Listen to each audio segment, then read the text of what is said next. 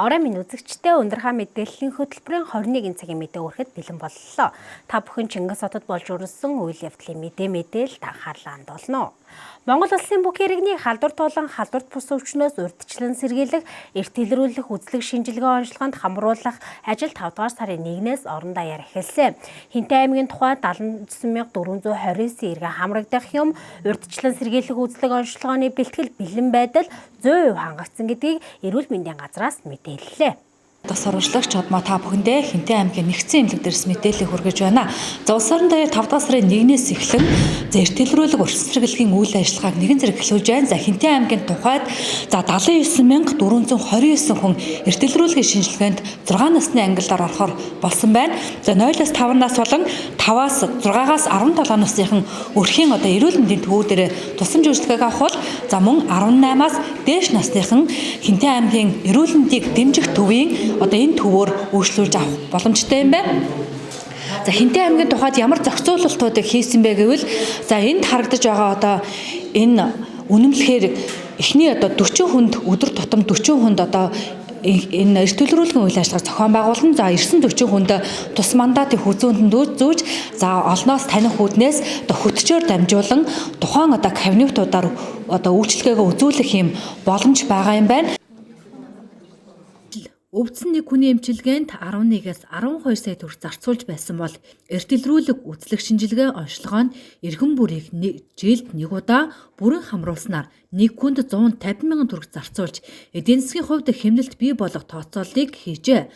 Урьдчилан сэргийлэх эрт илрүүлэг шинээр нэмэгдсэн хүүхдүүдийн 0-5, 6-аас 17 насны багцаар үзлэг шинжилгээнд эрүүл мэндийн даатгалын гэрээ бүхий өрх сум тосны эрүүл мэндийн төвд товлолын дагуу хэлгэнэ.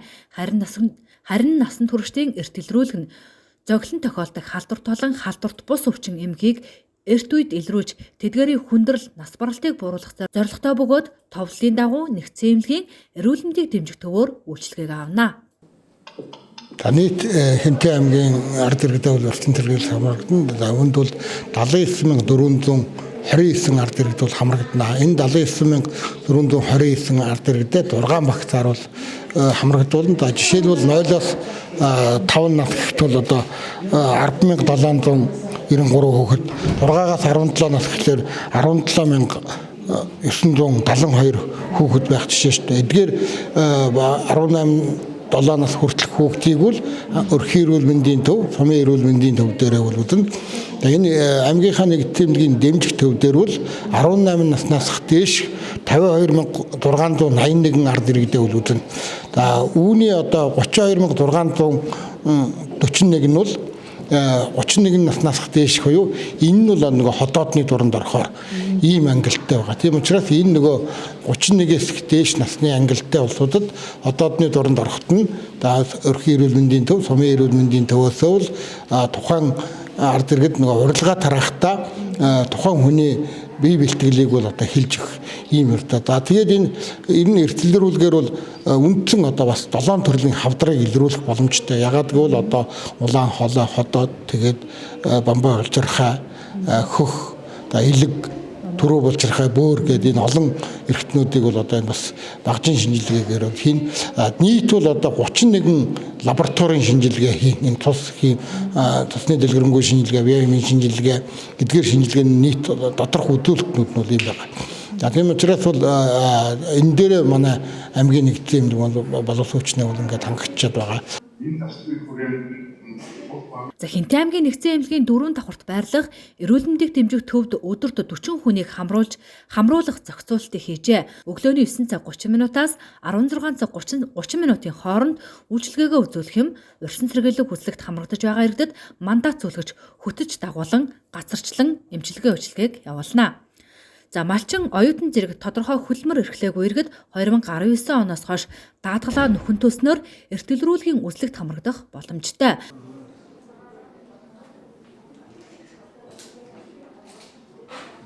За өнөөдөр улс орон даяар зохион байгуулагдж байгаа эрт илрүүлэг урьдчилан сэргийлэх үйлчилгээ хөтөлбөрөөс нээлттэй үйл ажиллагаа улс орон даяар явуулж байна.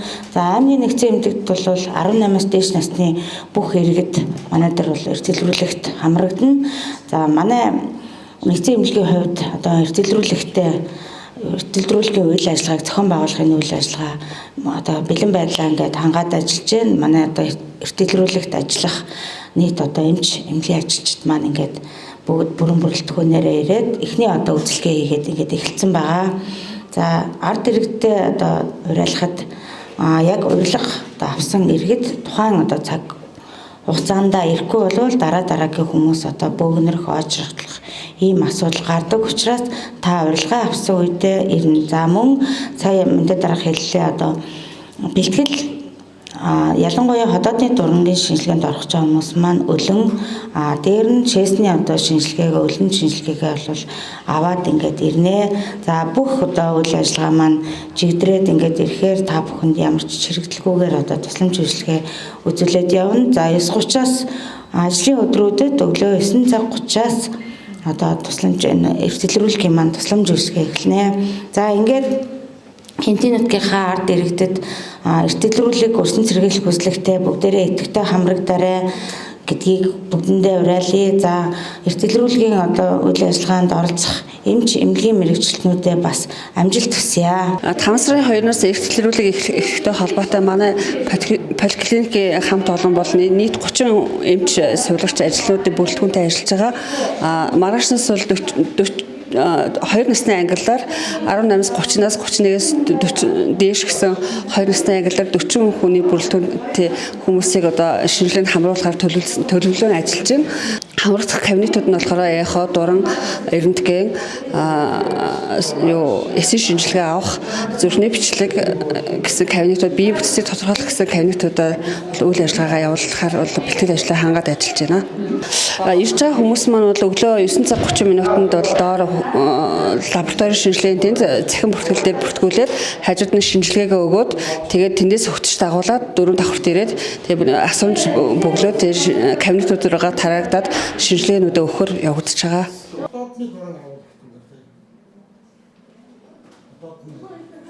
Урьдчилан сэргийлэх үзлэгт тогтсон хуваарийн дагуу иргэдэд үйлчлэн 2022 оны 5 дахь сарын 1-ээс 2023 оны 5 дахь сарын 1-ний хүртэлх хугацаанд явагдах юм иймд хуваарлагдсан эрүүл мэндийн байгууллага дээр очиж шинжилгээнд хамрагдахыг иргэдээс уриалж байна. За өөрөөр хэлбэл урилга ирсэн товсон өдрөө очиж шинжилгээнд хамрагдах ёстойг онцолж байна.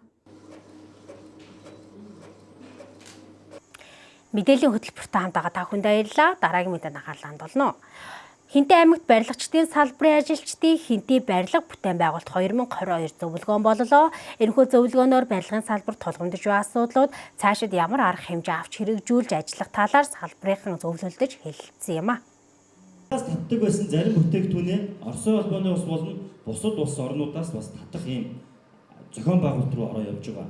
Хинтээ аймгийн засаг даргын тамгын газар болоод газрын харилцаа барилга хот байгуулалтын газраас Хинтээ барилга бүтээн байгуулалт 2022 барилгын салбарын ажилтны зөвлөгөөнийг хамтран зохион байгуулж байна. Энэхүү зөвлөгөөнөөр өнөө үед барилгын салбарт тулгамдж буй асуудлууд, баримталж буй бодлогууд, салбарын хөрөнгө оруулалт, барилга байгууламжийн чанар аюулгүй байдал хяналт болоод цаашид ямар бодлого чиглэлийг баримталж ажиллах зэрэг өргөн хүрээнд цогц асуудлуудыг зөвлөлдөж хэлэлцэх юм а. Тэгвэл зөвлөгөөнд аймгийн засаг дарга Чогсомжоо, газрын харилцаа барилга хот байгуулалтын газрын дарга Баярхүү болон Хинтээ аймгийн барилгын салбарын 100 гаруй төлөөллүүд оролцлоо. Өнөөдөр аймгийн хувьд бол барилгачийн зөвлөгөөний хийж байна. За барилгачийн зөвлөгөөний маань гол учир бол бид нар бас энэ бүтээн байгуулалт ажил эхлэх юм бол хийж байгаа.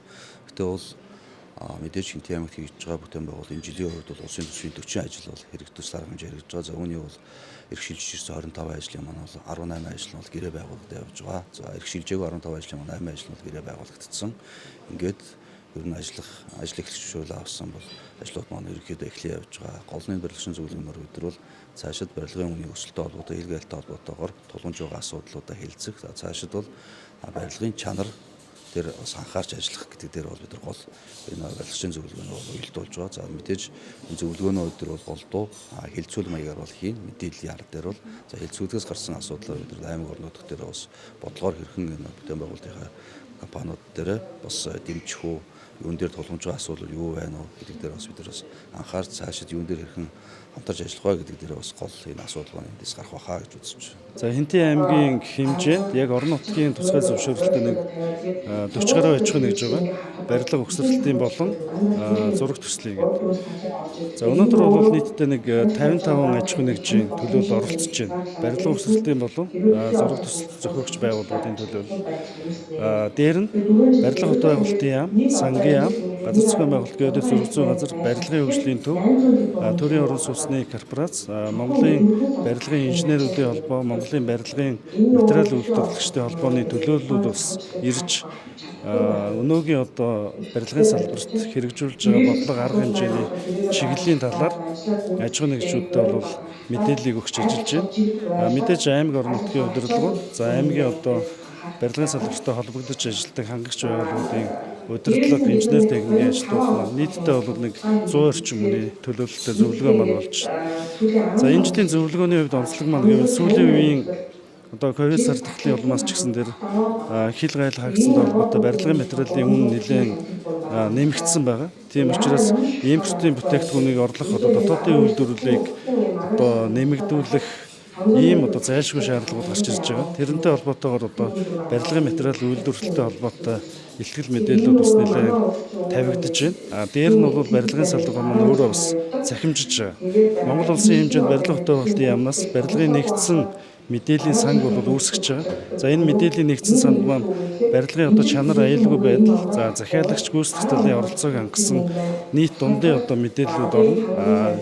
Дээр нь одоо зураг төсөл магадлалын ажлууд бүгд одоо цахимаар явагдана. Барилгын ажил эхлүүлэх, үргэлжлүүлэх зөвшөөрлийг бол цахимаар өгнө гэх мэтчлэнгээр бас нэлээд төрийн үйлчилгээг бол бас цахимжуулж бичиг цаасны одоо аль болох одоо ажиллагааг бол багасгаж байгаа.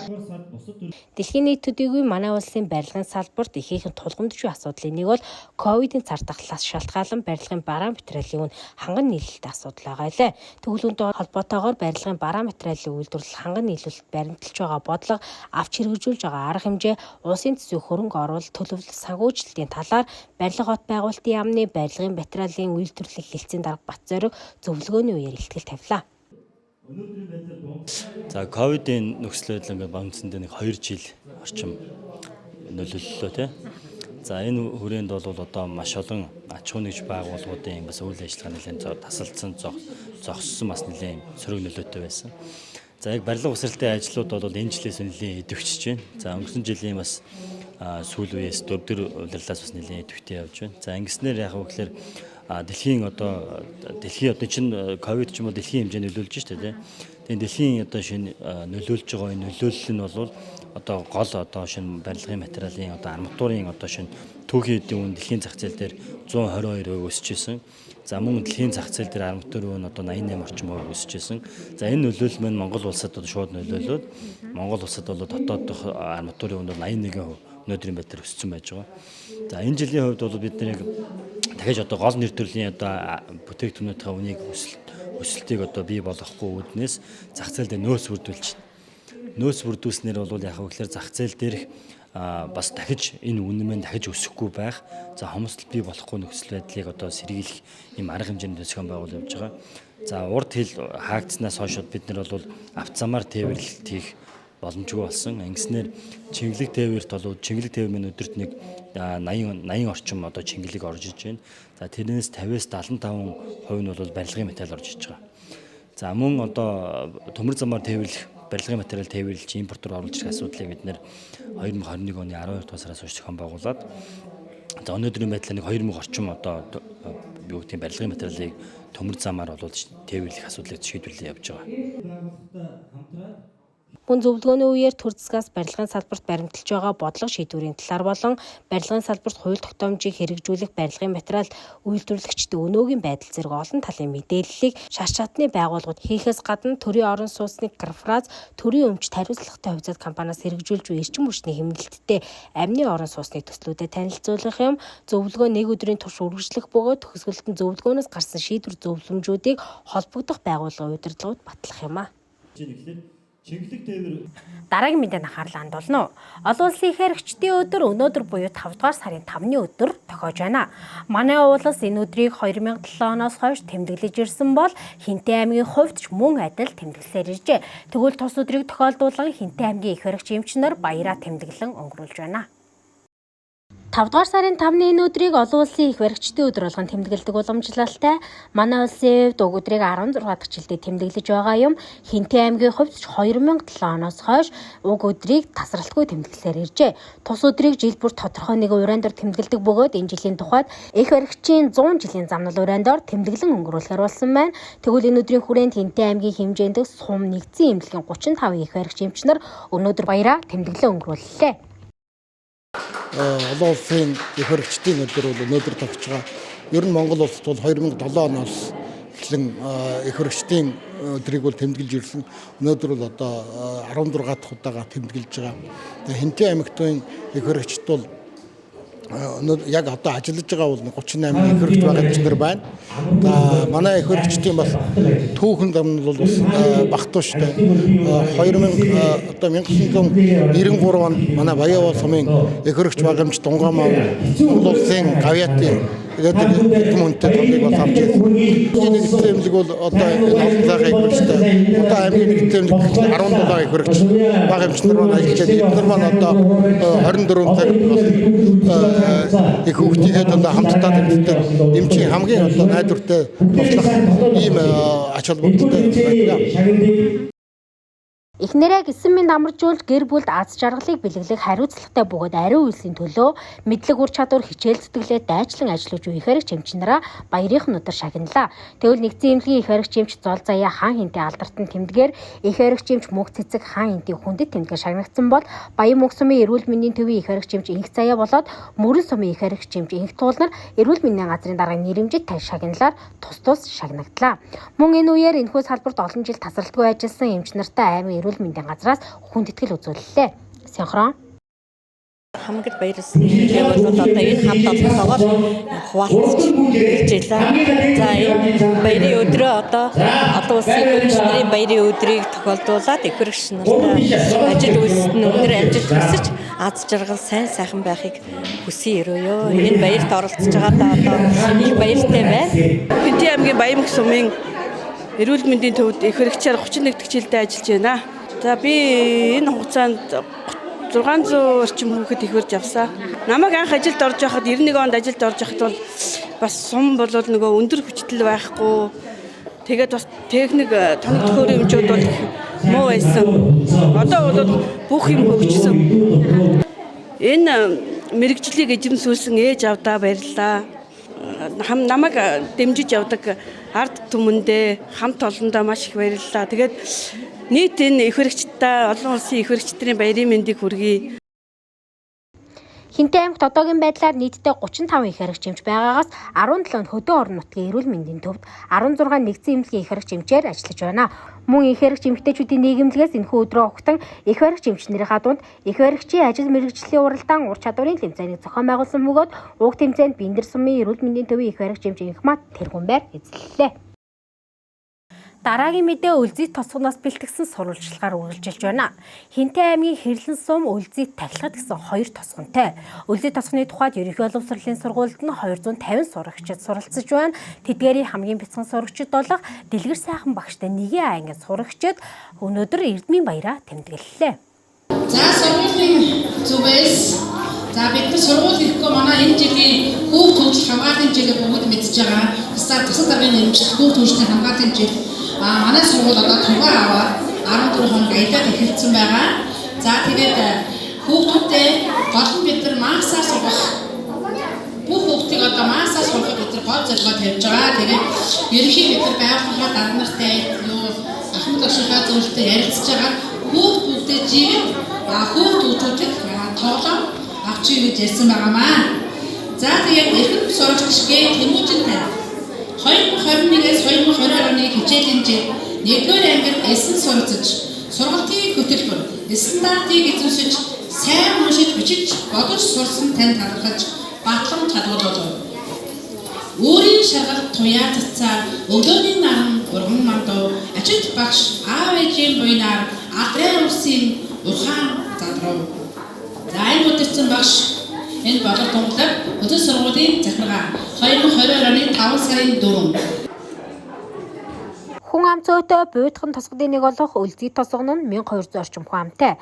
Иргэдэн чандагны сангийн аж ахуйгаа түшиглэн газар тариалан мал ах эрхэлдэг юм. Хүн амын 50%-ийг үндэсний цөөнх казак иргэд эзлэн өнөөдрийн сумын бяцхан сурагчид Эрдмийн баяраа тэмдэглэж тосгон хөл хөдөлгөөхтэй байлаа. Нэгэн ангийн 21 хүүхэд уншиж бичиж бодож сурстай эцэг их тосгоны ард иргэдтэй ийхүү тайлгнаж байна. Ковид цаар тахалтай нүүр тулж дуусны дараах анхны Эрдмийн баяр цахим болоод танхим гэсэн хувилбараар хичээлж байсан тэдний хувьд танхимын сургалт бүрэн эхэлснээр маш олон өөрчлөлтүүд гарчээ. Хүүхэд нэг үртэй багш тулж ажиллах, зураг харж уншуулах, яриулах, дадал сургах хүүхэд нэг бүрийг тэгш хөгжүүлсэн юм а. Тосгоны сурагчдын онцлог нь нэг ангид цөөн хүүхэд суралцдаг учраас орчин нөхцөл хангалт сайтай ном сурах бичих хүртээмжтэй байдаг гэлээ. Эрдмийн баяраа тэмдэглэж байгаа бяцхан сурагчдад сургуулийн захиргааны зүгээс таны хүүхэд уншиж бичиж бодож сурлаа гэсэн батламжийг гардуулсан бол тосгоны удирдлагуудын зүгээс оюун ухааны хөгжүүлэх гарын бэлэг бэлдсэн нь онцлог байлаа.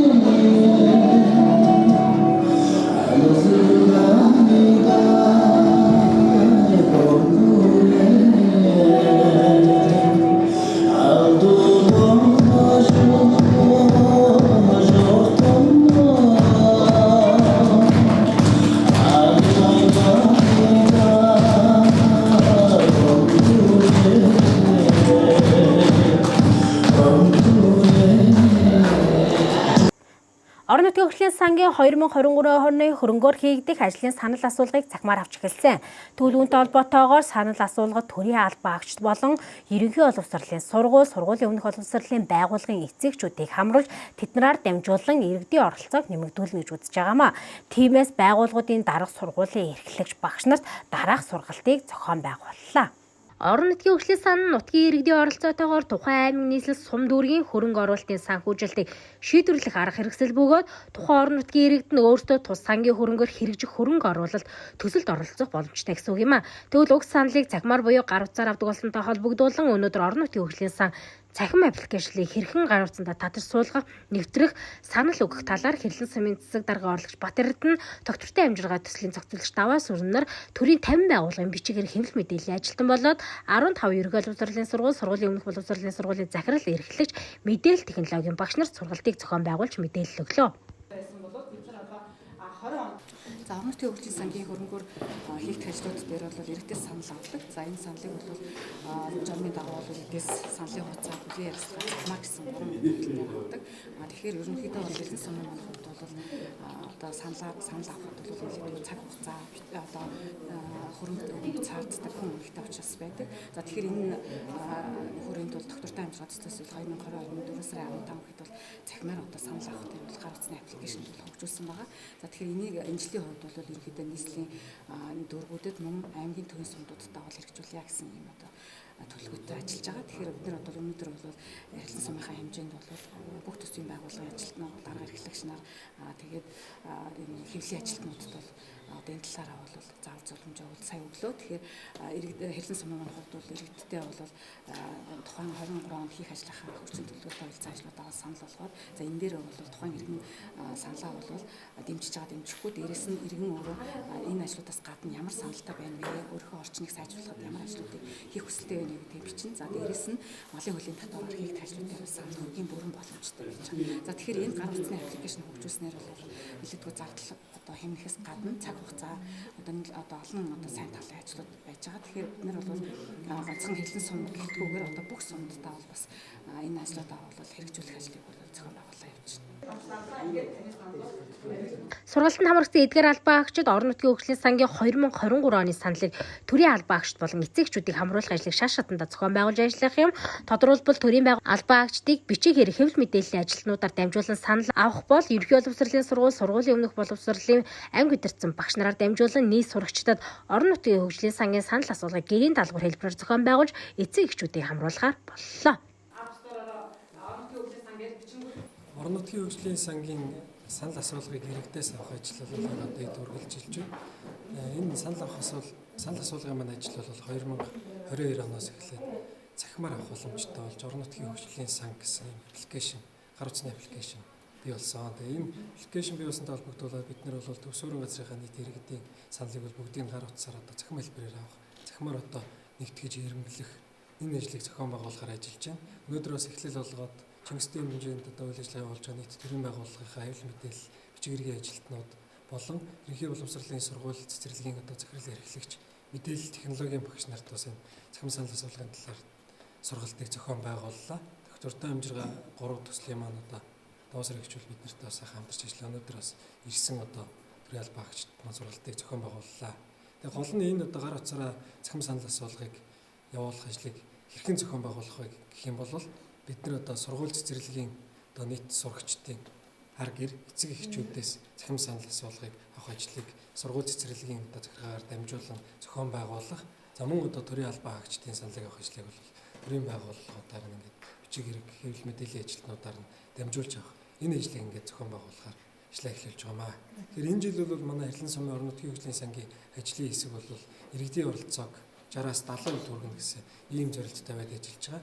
Харилцан сум бол нийт 24 мянган иргэнтэй Чингис хотод 22 мянган иргэн амьдардаг ингээд тооцохлоор яг одоо насан туршсан энэ орон нутгийн хөгжлийн сангийн санал асуулгад оролцох одоо эрхэм нэгдсэн хүмүүс бол 14,900-аад бараг 15,000 иргэн байдаг.